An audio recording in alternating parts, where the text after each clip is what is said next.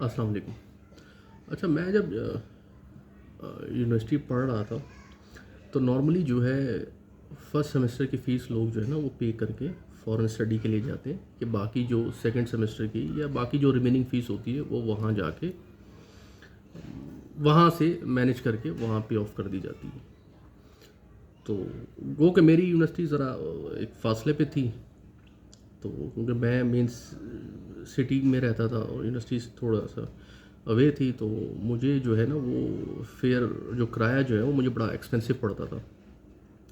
उस दौरान peak off peak time होते थे, तो कहने से मुराद ये कि मैं अपनी जो रिमेनिंग फ़ीस थी वो विद इन टाइम लिमिट पूरी ना कर सका, या मैं वो यूनिवर्सिटी को पे ऑफ नहीं कर सका।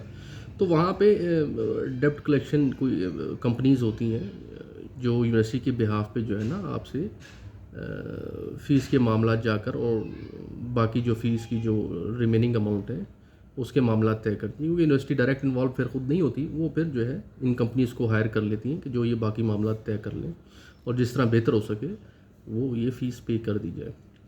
अच्छा, मुझे उन्होंने 14 दिन का टाइम दिया कि 14 दिन के अंदर अगर आप पे कर देंगे तो आप फर्दर जो पेनल्टीज़ होती हैं उनसे बच जाएंगे अगेंस्ट, मतलब कि भाई आपके ख़िलाफ़ लीगल एक्शन होगा, वो इंटरेस्ट पड़ेगा, फ़ीस होगी कोर्ट वगैरह। मैं खैर मेरे लिए ये मुमकिन नहीं था, तो मैं पे नहीं कर सका और इसी तरह ये केस मेरी जो जो मेरा टाउन था उसकी काउंटी में रजिस्टर्ड हो गया कोर्ट में। मुझे वहाँ से हेयरिंग की कॉल आ गई। पहले तो मैं नर्वस भी हुआ, थोड़ा सा वरिड भी था कि क्या जाके जवाब दिया जाएगा, और मैंने कभी ये इस तरह के सिनेरियोस को फेस नहीं किया था। बहरहाल मैं चला गया।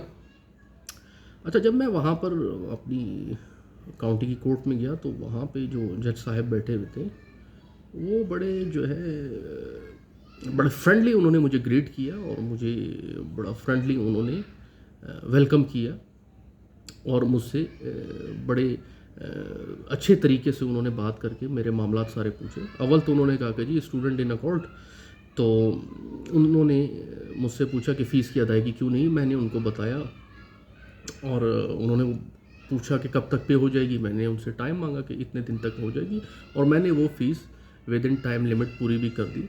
और कहने से मुराद है कि मुझे ना उन्होंने कोर्ट फ़ीस की पेनल्टी मुझे दी, ना मुझे कोई इंटरेस्ट उन्होंने डाला, ना मुझे उन्होंने कोई एक्स्ट्रा जो भी फ़ाइन होते हैं वो मुझे डाले, और मैंने फ़ीस पे कर दी। अच्छा, कहने से मुराद ये है कि जो माशरा जो सोसाइटी आपको फेयर होती है, जो सोसाइटीज़ लॉज होते हैं, अगर वो आपको सपोर्ट करते हैं तो आप भी एक ज़िम्मेदार शहरी बन के उभरते हैं, और इसी तरह इनकी तरक्की का राज है।